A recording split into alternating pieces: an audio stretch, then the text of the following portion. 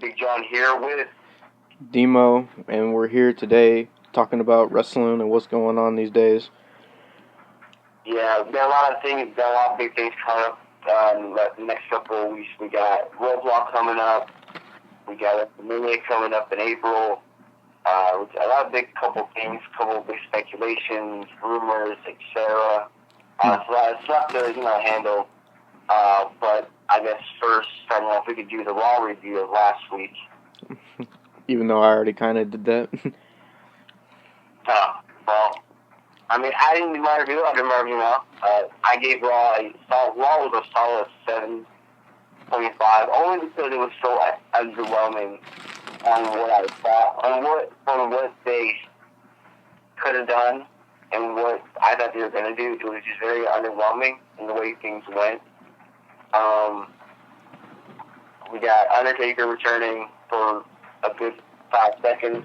Yep. I think he returned walking down like he was an old man on a walker, only just to say hi, goodbye, and walk right back out. That's not what he said for real. He said the son he talked to the district man. She started choking him, and he said the blood of your son won't be on my hands. It will be on yours. And then he walked out. And I thought this was a horrible. This might go down as probably the worst Undertaker promos in history, just for the fact that it was so short, and we got a ridiculous long entrance for no apparent reason. His entrance was longer than his time in the ring. Yeah, which is not good for the Undertaker, especially at his time. When the Taker needs to make an impression whenever he comes back, for the fact that we know his time's coming up. And if you want to make an impression on your younger audience to continue your legacy, the legacies are always going to be great. But you always want to have that first impression on any new fan, just like he made his first impression on me, which is why I'm a wrestling fan. So I feel like anytime you're on TV with a wrestling company, you need to make your first really good impression. And if that was me, if this segment was me when I was 9 years old, I don't think I would be a fan of wrestling today. Because if that was the first segment I saw, because if I look back on it when I was 9 years old, the first segment or whatever I saw was Taker, and he was talking, or was he wrestling? He might have been doing both with it. I don't know. But I'm saying if this was me when I was 9 years old, and I see this old man coming out saying 2 words, then walking back out, why would I be interested? What would be the me being interested and to continue to watch? So I felt like this was delivered poorly. Raw was overall. Nothing too major or anything like that. Got AJ and Chris Jericho versus the New Day. It was at best. Actually, it was pretty good. Only because of AJ and Chris Jericho. I don't know. The New Day, they're good. They're just entertaining. I don't feel like they're all okay performers. Big E's an okay powerhouse. Kofi's an okay technical wrestler, and so is Xavier. They're all just in an okay region. I don't look at any of them and look at them as like this super great thing, like the Young Bucks or Briscoes or Motion Machine Guns. I don't see them as a super great tag team that puts that. I guess at the end of the day, at the end of their career, I don't think the New Day will be remembered for their performance. They will be remembered for their entertainment, which is not bad, but Yeah. I like the New Day. They're funny and everything, but I don't know. It seems to me like the tag team division, it was kind of interesting when you had the Dudleys come back and then the Usos came back and you had a couple new teams. It seemed like it was getting pretty interesting, but it kind of died down again. Actually, that's actually a really interesting thing, because have you noticed that the Dudley Boys, have you noticed how they're really not doing that? I mean, the focus on the Dudleys kind of just died away. Yeah. I mean, I don't think I think this is probably the biggest main problem with wrestling. And CM Punk talked about this when in the podcast with Colt Cabana when he was talking after he left. And the problem is, he said, a lot of times they just don't know what they want to do after a certain period. After they said, okay, yeah, we're going to give the title to The Rock, it was like, okay, so then what? We're going to face the Wrestlemania.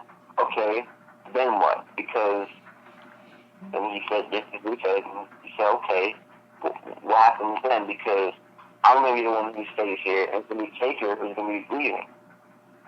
And I think that's one of the biggest problems with wrestling today, WWE, is that a lot of times they don't know what to do after a certain period. And I feel like you have to have a plan to keep going forward with certain people.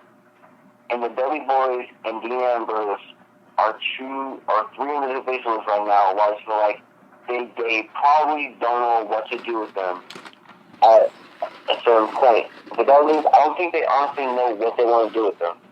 Because if you look at New Day, they're looking to start feuding with League of Nations, maybe.